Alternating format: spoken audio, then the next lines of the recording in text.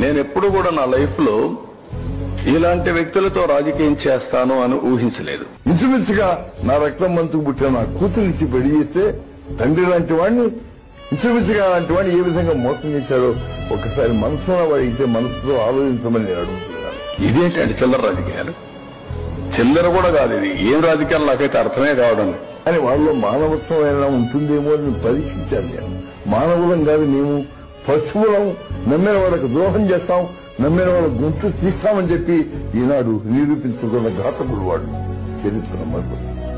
ఇలాంటి వాళ్ళకి సమాధానాలు చెప్పడం గాని, ఇలాంటి వాళ్ళతో మాట్లాడడం గాని, ఇలాంటి వాళ్ళు రాజకీయాల్లో ఉన్నారని మనం గుర్తించడం గాని.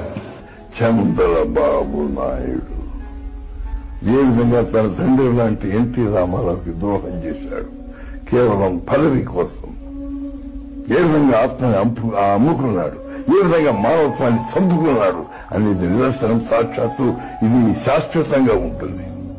మనిషి పోతాడేమో గాని ప్రజల మనస్సు పోదు, ఆలోచన పోదు, రికార్డు పోదు. అది శాశ్వతం. నీకు సిగ్గులేదు, సిగ్గు అనిపిస్తుంది కానీ నాకే సిగ్గు అనిపిస్తుంది ఇలాంటి వాళ్ళతో రాజకీయం చేయడం.